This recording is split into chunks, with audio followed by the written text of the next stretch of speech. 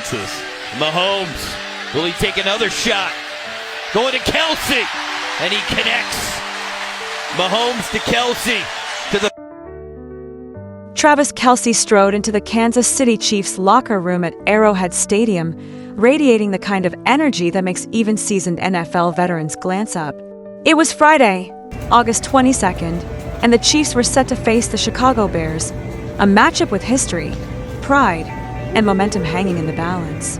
The smell of fresh turf, the faint echo of stadium workers making last-minute checks, and the thrum of anticipation all seemed to orbit around Kelce as he made his entrance. He was a vision of confident nonchalance, an oversized t-shirt emblazoned with the iconic AC/DC logo and the words "Back in Black," black athletic shorts streaked with white lightning bolts, a black Garage Beer Company cap pulled low, and sunglasses that concealed half his face. In his hand, a cold beverage. On his feet, moss green Nike sneakers and white high-top socks.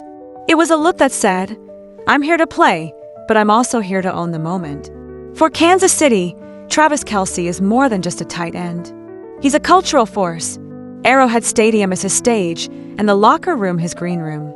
There's an unmistakable electricity when he's near, the kind that makes you believe impossible catches and game-winning drives are just routine. But today felt different. Today, the stakes were higher. The Chiefs had stumbled in the early weeks of the season. Analysts had started to murmur about dynasties declining, about other AFC teams catching up. But for Chiefs Kingdom, all that mattered was the here and now, the chance to prove, once again, that Kansas City was still the heart of the NFL. And at the center of it all stood Kelce. As he moved through the tunnel, fans jostled for a glimpse, phones raised, eager to capture a piece of the pregame magic. Photos and videos flooded social media, hashtags like #TravisKelce and #ChiefsKingdom trending within minutes. Every step Kelce took was broadcast to a world hungry for narratives, and he delivered every time, both on and off the field. Inside the locker room, the atmosphere was electric. Some players stretched in silence, headphones on, lost in their own rituals. Others huddled in corners, strategizing or sharing last-minute jokes to ease the tension. But when Kelce arrived, the energy shifted, conversations paused, eyes darted, and a ripple of focus spread across the room.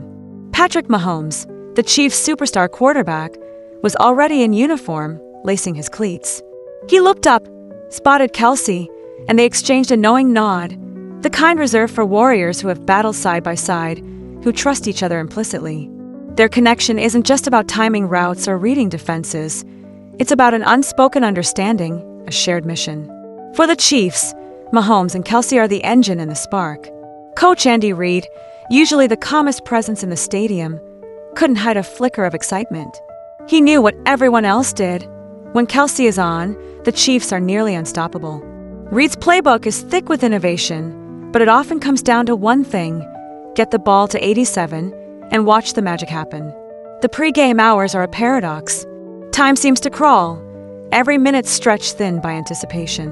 Yet, for players, it also rushes by in a blur of preparation, taping ankles, reviewing plays, listening to music that drowns out doubt. For Kelce, music is almost a ritual. The choice of AC/DC wasn't accidental. The thundering chords of Back in Black aren't just a playlist favorite, they're a declaration. Coming back stronger, ready to hit harder, ready to remind everyone why he's the best at what he does. As kickoff approached, the stadium filled with a sea of red and gold. Tailgaters outside traded predictions over barbecue, while inside, the Chiefs fans roared louder with each passing minute. The Bears, a team with their own storied history, were formidable opponents. But for Kelce, every game was a stage, every defense another challenge to outthink and outplay. The coin toss, the national anthem, the first whistle, these rituals marked the transition from anticipation to action. The Chiefs' offense took the field, and Arrowhead's decibel level soared.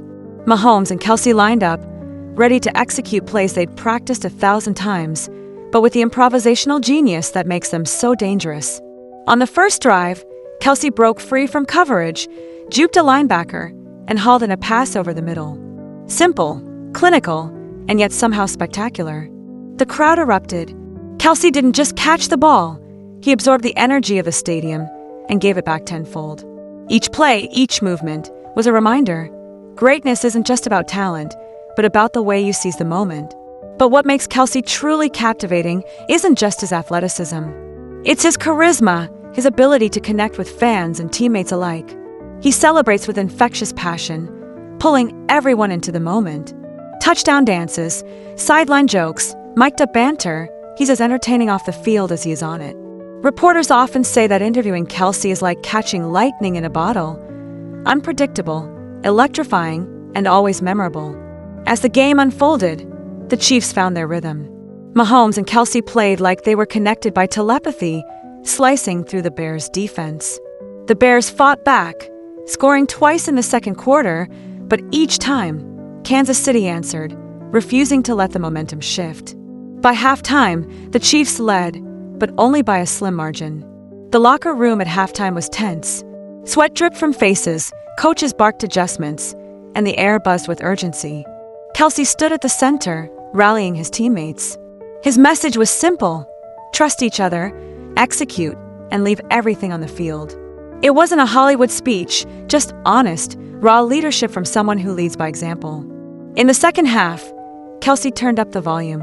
He made a leaping catch in double coverage, drawing gasps from the crowd.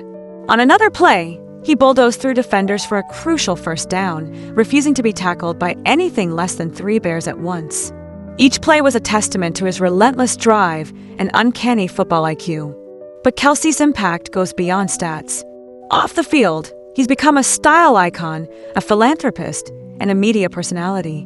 His foundation supports underserved communities in Kansas City and his hometown of Cleveland Heights. He hosts charity events, appears on talk shows, and mentors young athletes. Wherever he goes, he brings the same authenticity that has made him beloved by teammates and fans alike. As the fourth quarter ticked down, the Chiefs clung to a narrow lead. The Bears mounted one last drive, pushing deep into Kansas City territory. The tension was palpable. Every play, every yard, felt like the whole season was in the balance. On 3rd and goal, the Bears' quarterback dropped back, scanning the end zone. The pass was tipped at the line, and the ball sailed into the waiting arms of a Chiefs defender. The stadium erupted. Victory was within grasp. Mahomes and Kelce took the field one last time, needing only a few first downs to seal the win. On 2nd down, Mahomes rolled out, buying time, and then fired a dart across the middle. Kelce leaped, snagged the ball, and fought for extra yards before being brought down. The crowd roared, the chains moved, and the Chiefs could finally breathe.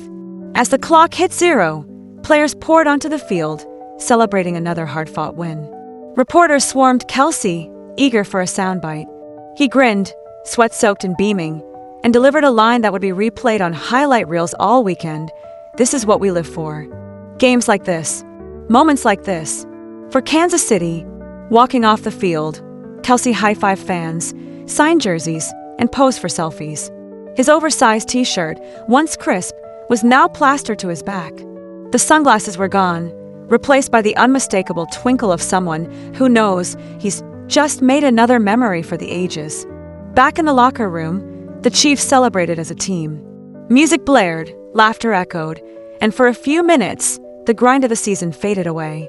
Kelce sat quietly, taking it all in. He knew the journey was far from over, that tougher opponents and bigger challenges awaited. But for tonight, he had given everything, and so had his team.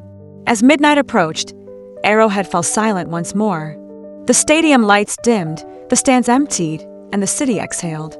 But somewhere in Kansas City, a young fan pulled on an oversized t-shirt, practiced touchdown dances in the mirror, and dreamed of walking into Arrowhead with the same swagger as Travis Kelce.